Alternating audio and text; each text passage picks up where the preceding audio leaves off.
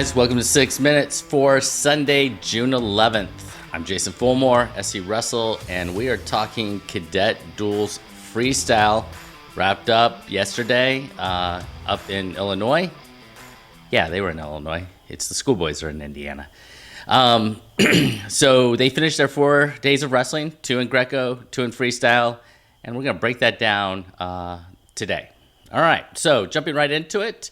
As you can see, top 8 in Freestyle, Cadet Freestyle.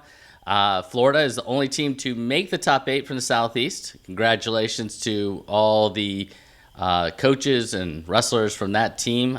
Team Florida, who finished 7th. Team Ohio took 1st.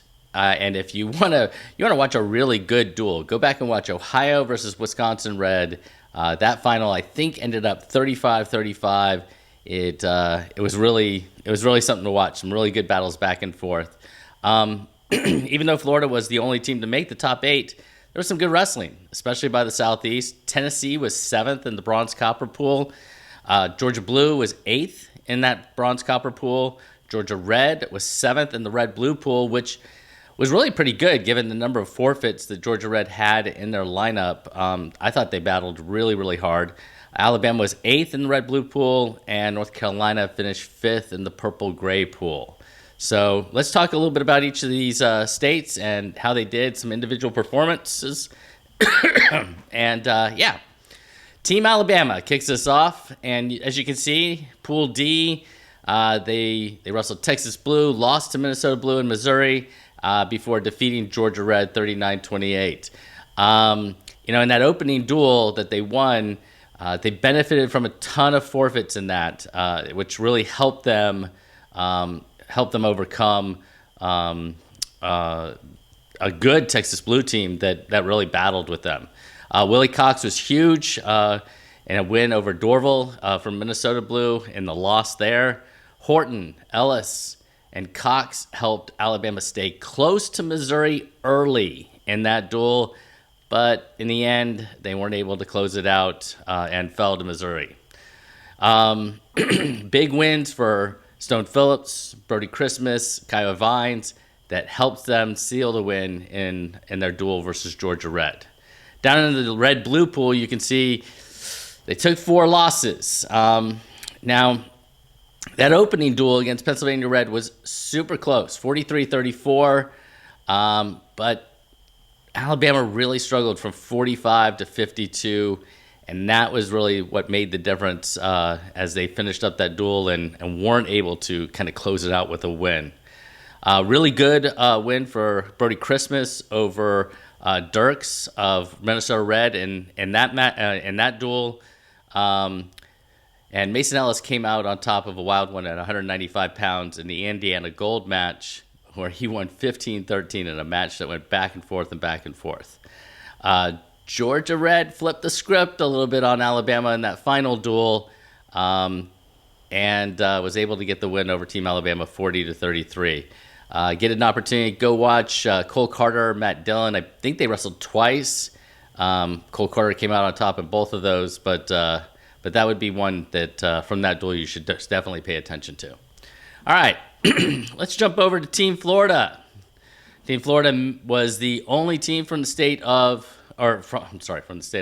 From the Southeast to make the top 8.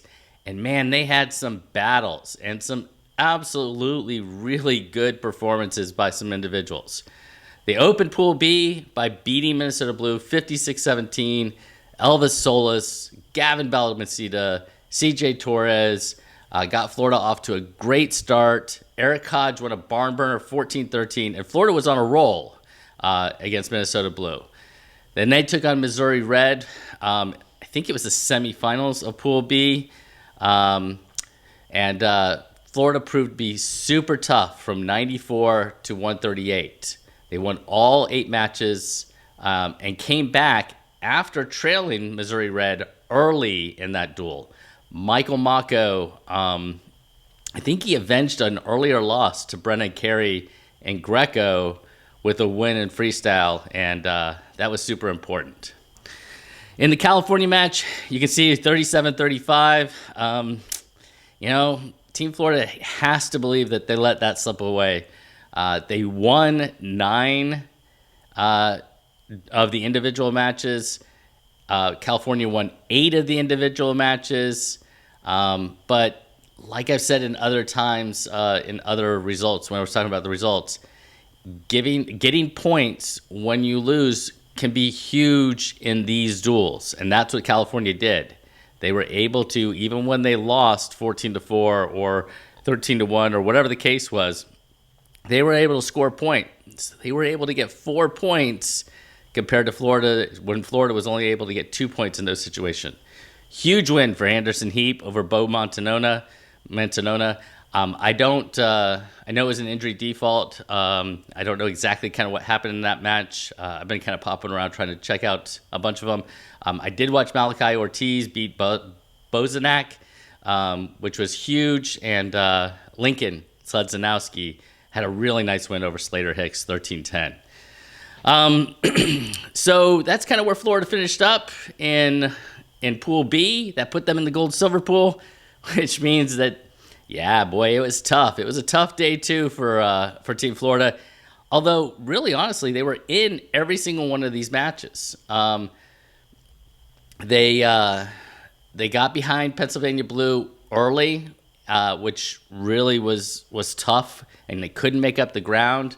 Elvis Solis, I think, only had 1 loss in freestyle over the 2 days, and that came here. A 3-2 loss to Vince Bozakis in a match that, it was fantastic. So that's certainly somebody you need to pay attention to, not only heading to Fargo, but in next high school season.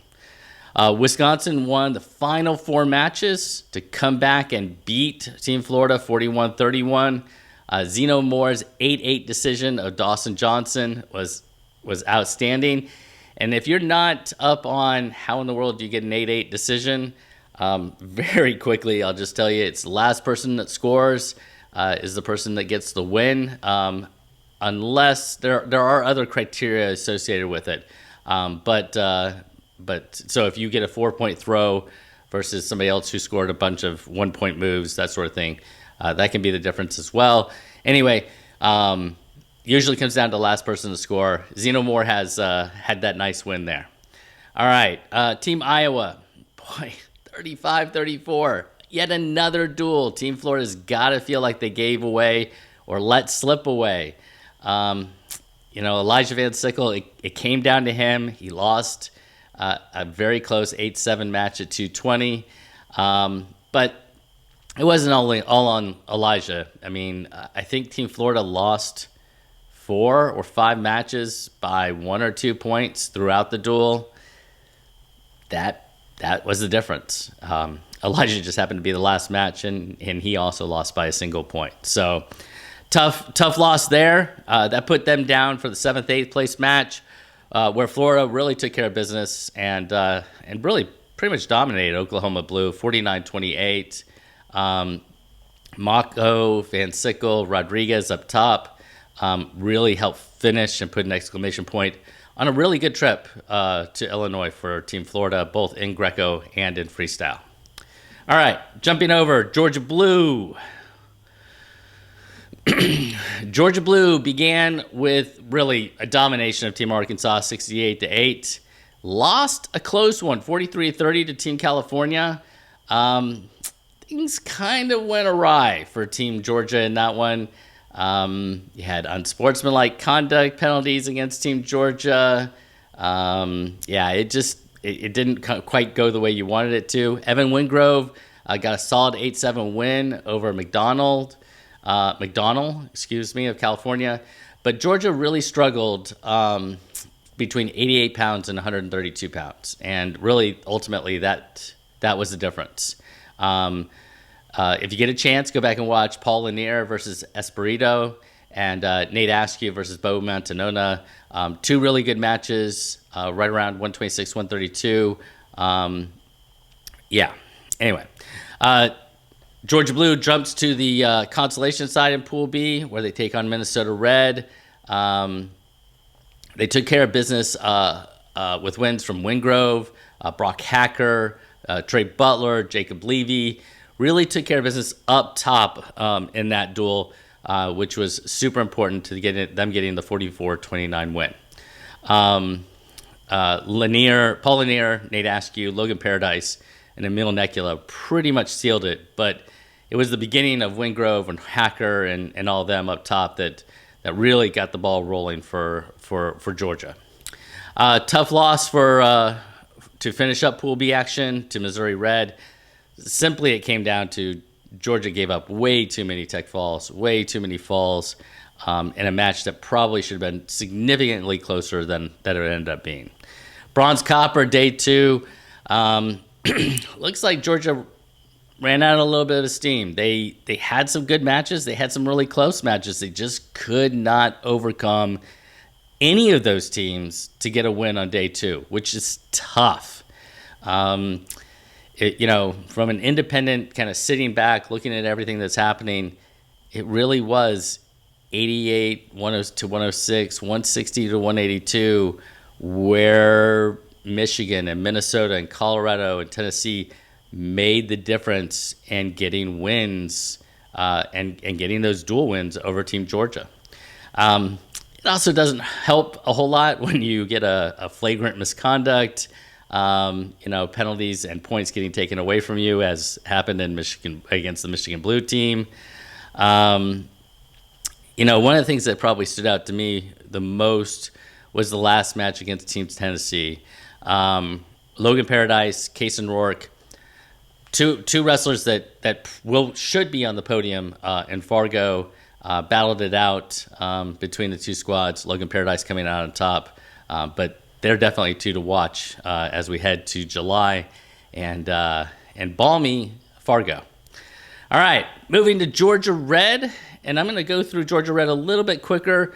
And the main reason I'm going to go through Georgia Red a little bit quicker, as you can see, took losses to Minnesota Red, Oklahoma Blue, and Alabama in Pool D, beat Texas Blue, but they had a ton of forfeits. I mean, really, the kids that came and wrestled, Noah Danforth, Jack Garrett, Sebastian Melendez, Zach Walsh, Jason Clark, they won the last 5 matches in that duel to Alabama, but they lost the duel. And that really came down to there were a lot of forfeits, and that's tough to overcome. You do look down below on day 2, Red-Blue Pool. They lost to Idaho, Wisconsin Blue, and Kansas Blue, but they avenged that loss to Team Alabama. Difference between those two duels, probably Hayden Sullins at 195, who lost like a 10-0 tech fall in Duel 1, but got a fall in Duel 2. Obviously not the only difference in those two duels, but it sure is nice to be able to flip at least one of those weights your direction to help the team get the dual win. Get a chance to watch a match, go back and watch Sebastian Melendez versus Bradley Williams. I don't know. I think they put like 32 points up on the board or something like that. It was crazy. So that would be a match that you should go back and definitely take in. All right, Team North Carolina. Again, I'm not going to spend a whole lot of time talking about Team North Carolina simply because them, like Georgia Red, really struggled in terms of forfeits. Some individuals, had a good tournament, but as a team, you can see they lost to Ohio and Tennessee in the Purple Gray Pool. They lost all the way down, finally getting the win against West Virginia, 24-21, which was great. David Oxendine at 170, I think he got an 8-4 win, and that proved the difference to North Carolina at least walking away with a dual win in freestyle over the last 2 days.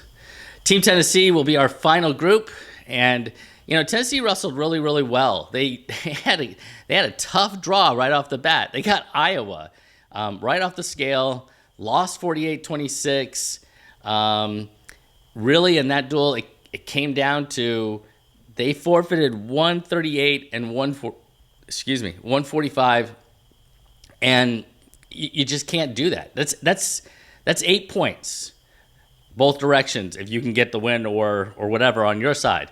So, yeah, in duels that are that close, you simply can't give up those points. Ethan Orchuk lost an 11-10 match to Blake Fox. Kason Rourke beat Fellers 9-2. One to kind of kind of pay attention to. Max Norman, who was absolutely on fire, both in Greco and freestyle, beat former Florida state champion Bastias, who's now in Iowa, in that duel as well. So fortunately for Tennessee, they rebounded really, really well. Came back, beat North Carolina, beat Kansas Red, beat Idaho, and beat Colorado to take take third in Pool C. I already talked about it before, but Max Norman really came up huge. Idaho in that match that Tennessee won 40-38. Idaho had battled back and actually had taken the lead over Tennessee, and it came down to their heavy hitter, Max Norman, at 152 to get the win and push Tennessee to the dual win over a really good Idaho squad. Same thing happened in the Colorado duel, except they weren't trailing in that situation. But Max Norman and Jacob Barlow both came up huge at the end of that duel to get Tennessee the win and put them into the bronze copper pool, where, they lost a couple of close matches. They lost to Missouri Blue by 3 points. Once again, can't give up forfeits. And I know they only gave up one forfeit in that one at 138, but giving up forfeits is huge. They lost to New Jersey 53-22. Not as close in that one, but there were some outstanding individual matchups. I believe Jose Cordero lost to Esposito in a back-and-forth match, and William Phillips and Borrometti were lights out. I mean, just outstanding wrestling in those matches. Those losses didn't end up being the difference in whether Tennessee won or lost. But they're definitely, you should go back and watch those. They lost to Missouri Red before beating Georgia Blue. We already talked about from the Georgia Blue perspective. Logan Paradise beat Case and Rourke.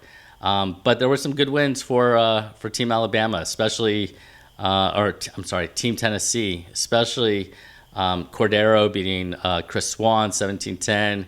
And then the Urachucks, JoJo and Ethan both getting wins. JoJo over Jacob Bond, fellow Tennessee, kind of Baylor, and also Colson Hoffman, which proved the difference in them being able to get the win there, 38-33. All right, so let's. I've already said a ton of names, but let's go ahead and throw out the individuals who had a good weekend that maybe I missed. Stone Phillips wrestled exceptionally well for Team Alabama.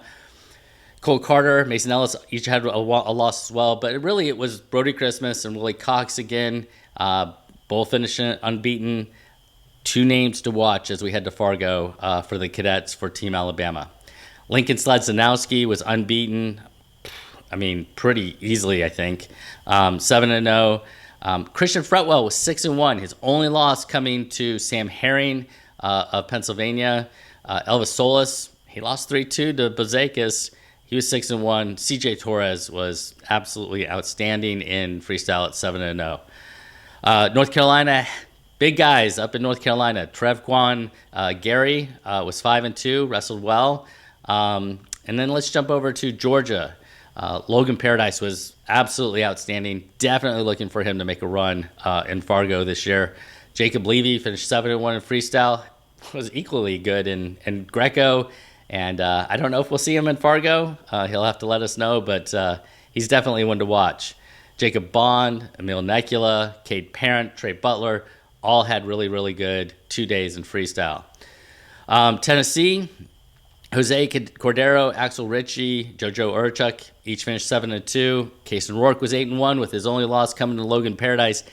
And then, the exclamation point for the Southeast, Max Norman was 9-0. Looked outstanding for Team Tennessee, and definitely one to watch as we head up to Fargo in about 3 weeks. What else do you need to know today? Schoolboys are finishing day 2 of their duels. Look for a recap of them tomorrow. Hope to get out another Kyle Martaperto's Dave Schultz Award winner interview. That'll be dropping tomorrow as well. Start previewing the juniors and the girls. And then later this week, we'll talk a little bit about Disney duels. Hope you guys have a great day. Enjoy the sunshine.